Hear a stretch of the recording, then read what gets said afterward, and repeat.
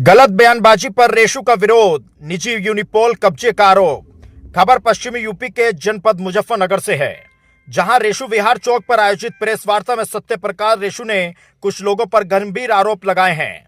उन्होंने कहा कि कुछ लोग निजी यूनिपोल पर जबरन फ्लैक्स लगाकर और सार्वजनिक मंचों से आपत्तिजनक बयान देकर माहौल खराब करने का प्रयास कर रहे हैं।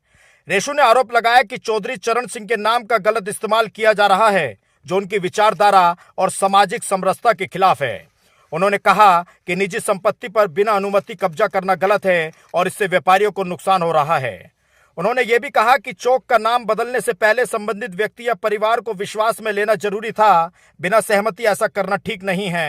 रेशु ने मांग की है कि यूनिपोल से फ्लैक्स तुरंत हटाए जाएं और गलत बयानबाजी करने वालों के खिलाफ सख्त कार्रवाई हो। प्रेस वार्ता में कई सामाजिक संगठनों के लोग मौजूद रहे और प्रशासन से पूरे मामले में गंभीरता से संज्ञान लेने की मांग की। रेशु ने साफ कहा कि वे सामाजिक सौहार्द और कानून के दायरे में रहकर अपने अधिकारों की रक्षा करेंगे। जनपद मुजफ्फरनगर से सचनामा न्यूज के लिए संवाददाता तनवीर मलिक की स्पेशल रिपोर्ट। प्रेस वार्ता बुलाई है, क्या कारण है, क्या मामला है, बताइए। मोदी योगी के इस युग में समरसता बनाने के लिए और भारत को मुजफ्फरनगर की धन शक्ति, बौद्धिक शक्ति और जनशक्ति के माध्यम से समरसता बनाए रखने के लिए ये प्रेस वार्ता बुलाई गई है, ताकि जो लोग जोर जबरदस्ती के दम पे चौधरी चरण सिंह जी का नाम या देश के महान लोगों का नाम प्रयोग करके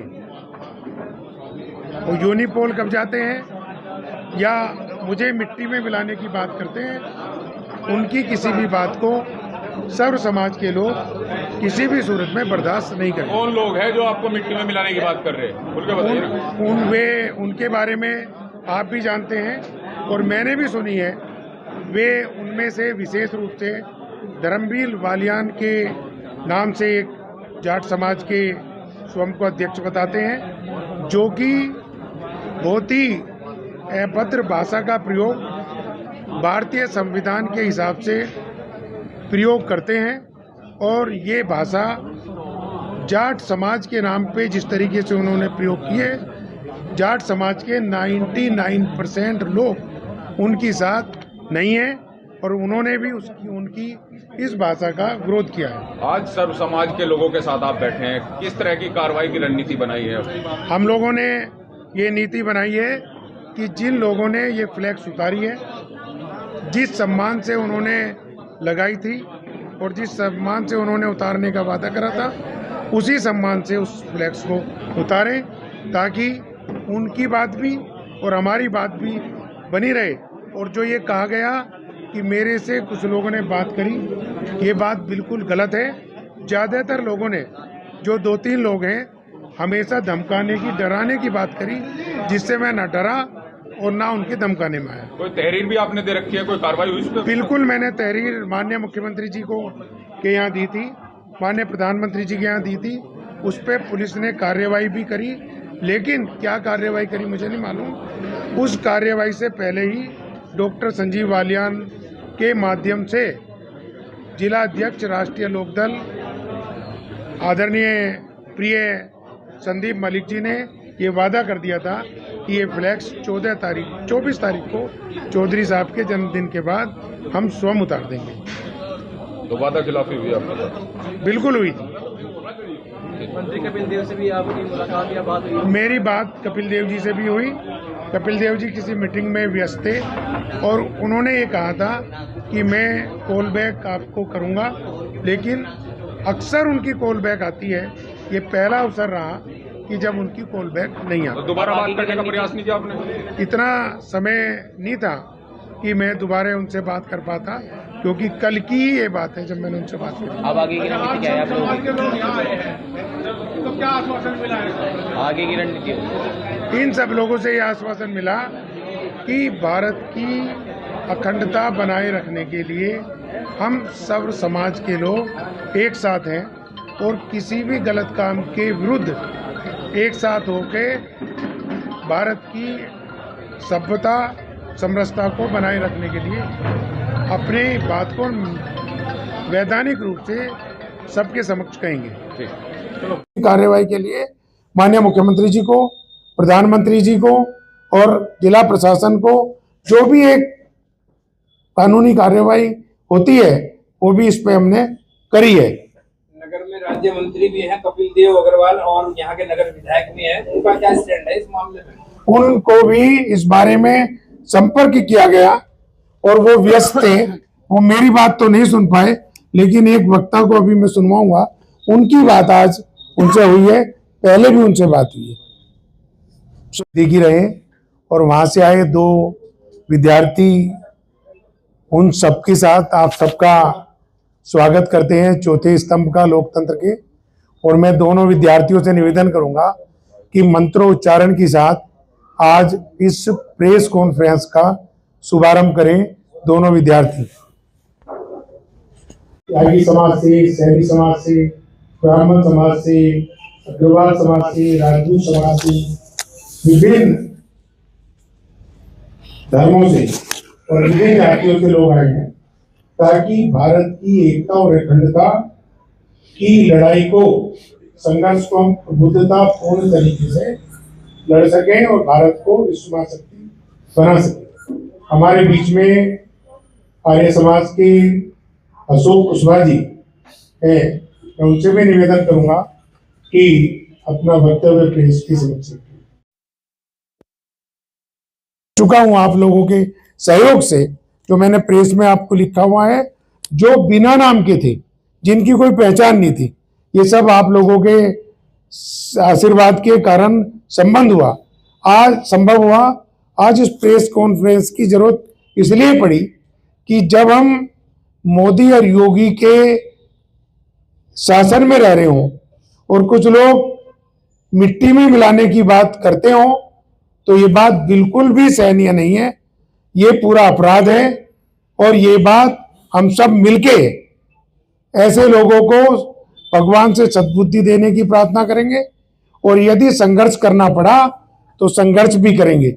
हमारे बीच में आर्य समाज से मुकेश जी, प्रमोद मित्तल जी, मनोज जी और हिंदू क्रांति दल के अजय प्रताप जी, हमारे अरुण त्यागी जी, हरिओम त्यागी जी, अपने कबाल के बवाल को मिटा के और बीजेपी सरकार को सत्ता में लाने में उस महत्वपूर्ण घटनाक्रम को समाप्त करके सहयोग दे सकते हैं। तो हम किसी भी सूरत में ऐसे लोगों की बात बर्दाश्त नहीं करेंगे जो लोग धमकाने की, डराने की, अवैध कब्जों की बात को प्राथमिकता देते हो। कबाल के बवाल का आपने जिक्र कर रखा, प्रेस नोट में भी आप भी करे, इसका क्या संबंध है? इसका ये संबंध है कि कुछ लोगों ने उस समय भी जाट समाज को और समाज को अलग अलग बांटने की कोशिश करी थी, जबकि सच्चाई ये है कि हम जैसे बहुत सारे लोग आगे से पीछे से इस बात को मिटाने में लगे थे कि जाट समाज की लड़ाई नहीं है। जिस जाट समाज ने इस देश को प्रधानमंत्री, उपराष्ट्रपति, मंत्री, राज्यपाल, सांसद, विधायक, IPS, किसान, संत, अन्नदाता, उनके परिवार के साथ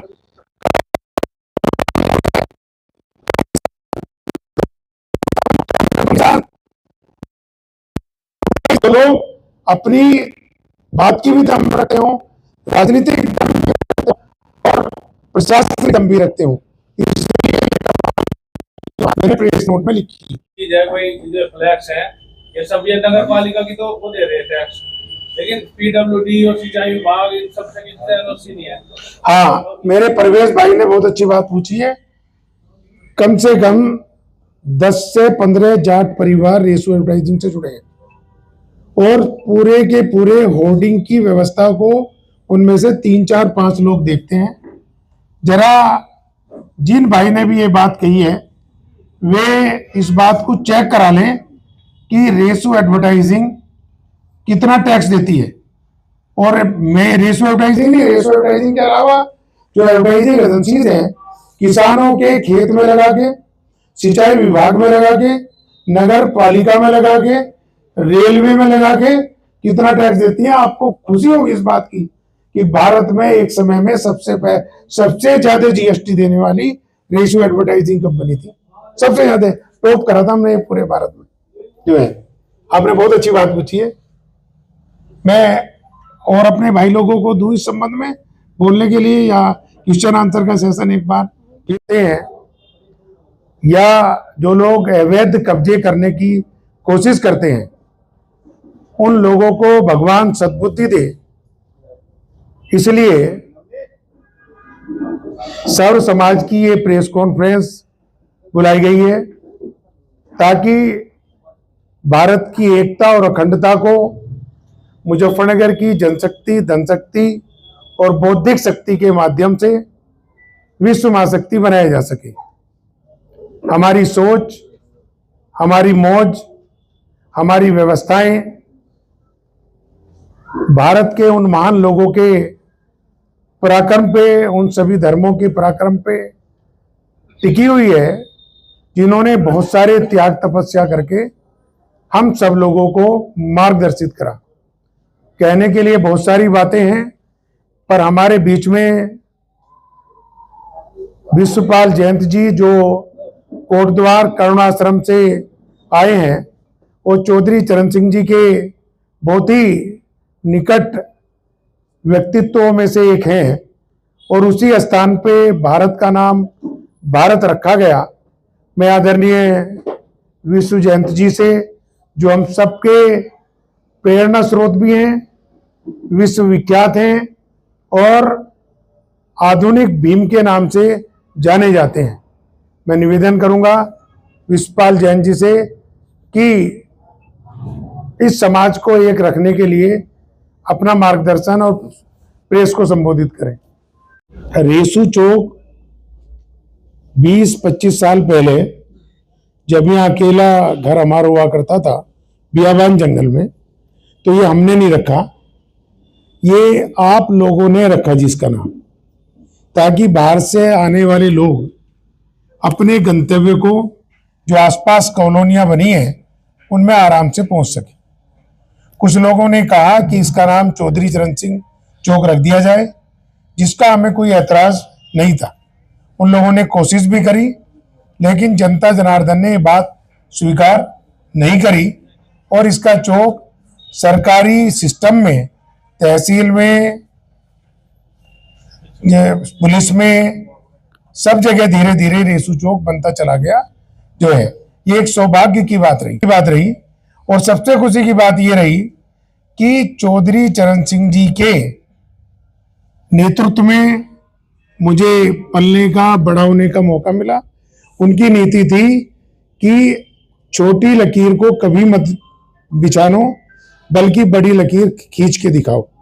और ये जिम्मेदारी बनती थी उन लोगों की जिन्होंने इसका नाम चौधरी चरण सिंह चौक रखा, कि वे मेरठ चुंगी का, पीन्ना चौक का या मुजफ्फरनगर बाईपास पॉइंट का चौक है चौधरी चरण सिंह का।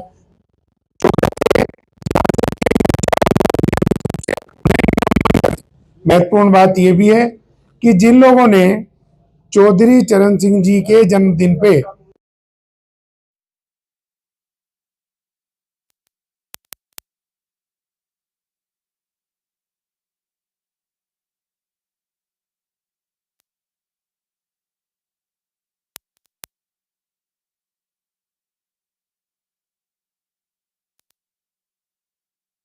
जन्मभूमि इसी जनपद की है, तो चौधरी साहब जो थे वो मानव मात्र के लिए, पूरे समाज के लिए एक महान समाज सेवी, किसान प्रेमी एवं भारत के बड़े महान व्यक्तित्व में से एक थे।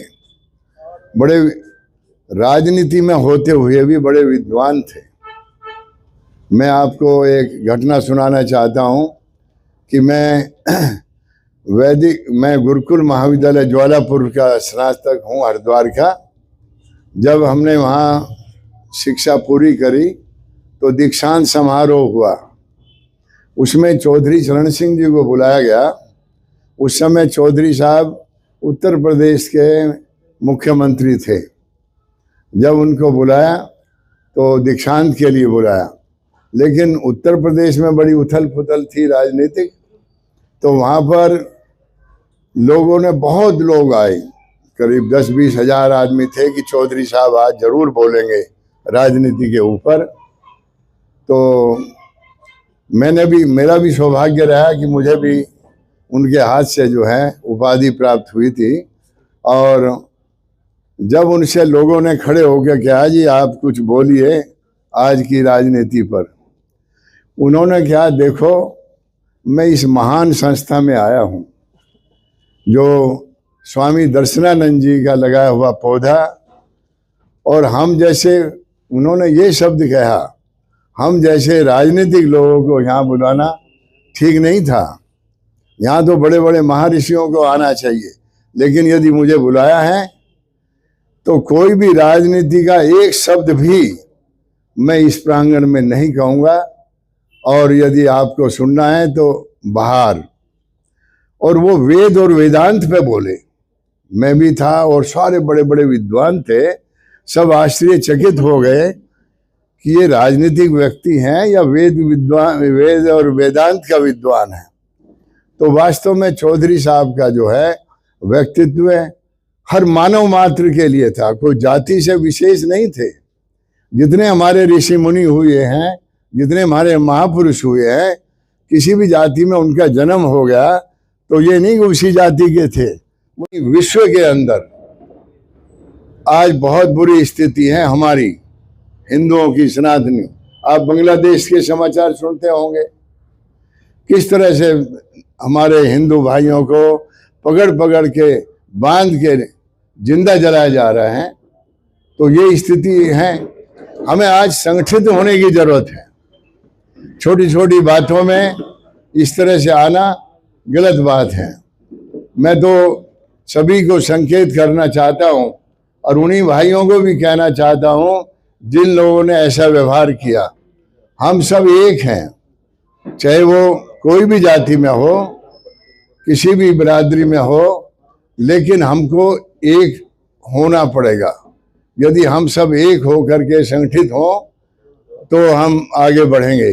ये छोटी छोटी बातें जो मैंने देखा है, सुनी है, तो बड़े दुर्भाग्य की बात है। ये इस तरह से किसी एक संगठन का, एक जाति को बदनाम करने की बात है, मैं तो कहूँगा। तो इस तरह से नहीं होना चाहिए। मैं स्वयं जब चौधरी महेंद्र सिंह टिकैत जी मेरठ में आंदोलन कर रहे थे तो मैं गुरुकुल कण्वाश्रम में था। मैंने देखा, मैं किसानों से बड़ा प्रभावित हुआ कि बताओ ठंड हो रही है फिर भी खुले आकाश में पड़े हुए आंदोलन कर रहे हैं। तो मैं वहाँ गया, चौधरी साहब ने मेरा बड़ा स्वागत किया, मुझे बुलाया और कहने लगे जी आप आइए। तो मैं उस यूनियन में भी आया, आकर के मुझे संगठन मंत्री बनाया। और बल्कि जब चौधरी साहब गिरफ्तार हुए थे लखनऊ में, तो मुझे सब जनता ने, सारों ने सर्वसम्मति से किसान यूनियन का अध्यक्ष बनाया। तो वहाँ भी उसमें मैं आपको ये निवेदन करना चाहता हूँ, वहाँ पर भी मैंने एक आंदोलन चलाया कि हमारा केवल काम लड़ने का नहीं है, गवर्नमेंट से लड़ने का नहीं है। हमारे देश में, हमारे युवकों में, हमारी जातियों में जो कुरीतियाँ फैल गई है उसको हमें दूर करना है। मेरा संबंध सबसे है, मुझे यहाँ सब जानते हैं, बच्चा क्योंकि मैं यहीं जन्मा हूँ, लेकिन पढ़ाई मेरी हरिद्वार में ही हुई। और आजकल मैं गुरुकुल महाविद्यालय कण्वाश्रम कोटद्वार पौड़ी गढ़वाल, जहाँ पर वीर भरत का जन्म हुआ, जहाँ महर्षि कण्व कुलपति थे, और शकुंतला जहाँ पली, दुष्यंत का बेटा भरत, जिससे हमारे देश का नाम भारत पड़ा, मैं वहाँ हूँ। और मैं आखिर में आप सभी को, मुजफ्फरनगर वासियों को आपको धन्यवाद देना चाहता हूँ। और मैं विशेषकर श्री सत्य प्रकाश जी का भी धन्यवाद देना चाहूँगा कि इन्होंने कण्वाश्रम को पूरे देश में जगह जगह अपने बैनरों के द्वारा, अपने होल्डिंगों के द्वारा सारी जगह जो है कण्वाश्रम का प्रचार किया है। ऐसे सज्जन आदमी और भी कहीं मंदिर या कोई चीज हो उसमें भी ये फ्री कार्य करते हैं।